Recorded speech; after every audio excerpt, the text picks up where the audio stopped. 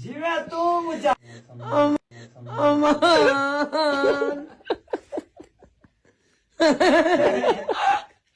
जीवा तू मुझे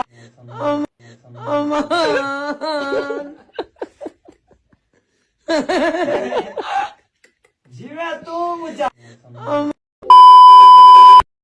अरे रे बागाने फूल फुटे ना से बागाने भोमरो बसे ना अरे रे बागाने फूल फुटे ना से बागाने भोमरो बसे ना अरे रे बागाने फूल फुटे ना ও মা একই ওই দেখো আবারও চলে আসলো আমাদের মাঝে অ্যাডলব খান। টুনটুনি ধরে মারো টান, লিঙ্গ ছাড়া সিংহ, সে নাকি হাজারো তরুণীদের ক্রাশ জান।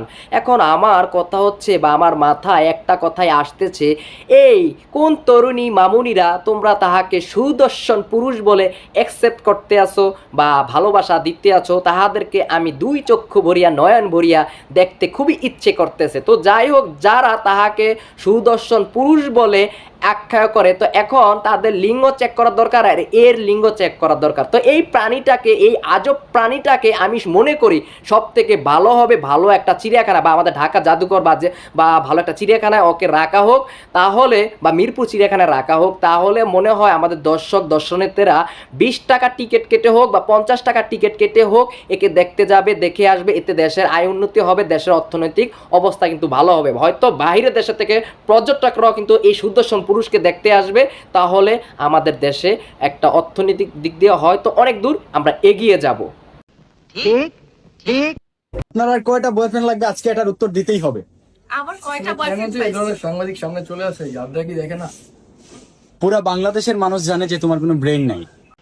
ঠিক ঠিক। লায়লা, লায়লা এ কোনো সাধারণ মেয়ে নয় রে লায়লা, এ হচ্ছে বাংলাদেশ থেকে খুঁজে খুঁজে কচি ছেলেদের খেয়ে ফেলা এক মানুষ খেকো বা মানুষরূপী লায়লা। এখন কথা হচ্ছে, এইভাবে যদি আমাদের বাংলাদেশে চলতে থাকে তাহলে কিন্তু আমাদের তরুণরা বাংলাদেশে সংকট পড়ে যাবে এবং বাকি তরুণীদের ছেলে পাওয়া কিন্তু খুবই কষ্টকর হয়ে যাবে। এটা এখন বন্ধ করা উচিত। তো এখন যে সাংবাদিক ভাই বলল তোমার মাথায় কোনো ব্রেন নাই, আসলে তোমার মাথায় যদি ব্রেন থাকতো তাহলে এরকম একজন লায়লা, মানে বয়স্ক একজন লায়লা তোমাকে খেয়ে ফেলতো না। गोरी तू बड़ा शर्म आती है, तुझको शर्म क्यों आती है, कातिल तेरी निगाहें है, काट कली जले जाती है, तुझ में नशा है ना बिल्कुल, फिर में धीमे धीमे धीमे धीमे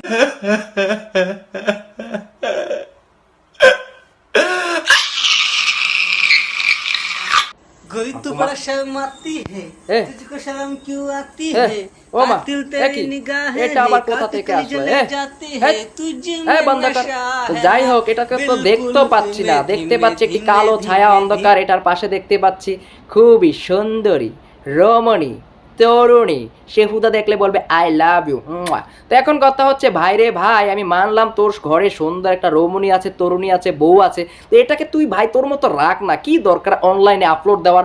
আমাদের মতো ইয়াং ছেলেরা, যুবকরা তো এটাকে দেখে জ্বলে পুড়ে ছারকার হয়ে যাচ্ছে, হিংসে হচ্ছে। আমরা ভাই আসলে সত্য কথা, এই শালা গাঁজাখোরদের সুন্দর বউ পায়। তো ভাই রে ভাই, তুই এটাকে নিয়ে থাক, ভালো থাক, আমাদেরকে হিংসে দেওয়ার দরকার নাই, না হলে কিন্তু আমরা এই অভিশাপে তোকে ভৎস করে ফেলবো, তোর কিন্তু তালাক হয়ে যাবে, ডিভোর্স হয়ে যাবে। তো যাই হোক, ভালো থাক।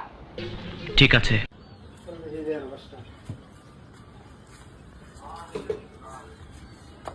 আপনি কি জানেন আপনার জন্য দুনিয়াতে কেউ খারাপ হবে না, শুধু আপনার টুনটুনি ছাড়া। কি সত্যি কি না? জানি না ভাই রে ভাই, এটা আবার কেমন ভিডিও? এটা তো কিছুই বুঝলাম না। কি ফুটকি একটা ব্যাখ্যা করে রাখলো আর কি টুনটুনির কথা বললো, কি আবল তাবল কন্টেন্ট তৈরি করতেছে, বানাইতেছে, আপলোড দিতেছে, বুঝতেছি না, মাথাই ধরতেছে না। দেখ মারা এইসব ভিডিও, আর আমি আর ভিডিও বানাবো না। যা, ভালো থাকেন। আর যদি আপনারা কিছু বুঝে থাকেন অবশ্যই আমার কমেন্ট বক্সে জানিয়ে দিতে পারেন, মন্তব্য করতে পারেন। তো যাই হোক, ভালো থাকবেন সবাই, দেখা হবে নতুন কোনো ভিডিওতে। আল্লাহ হাফেজ।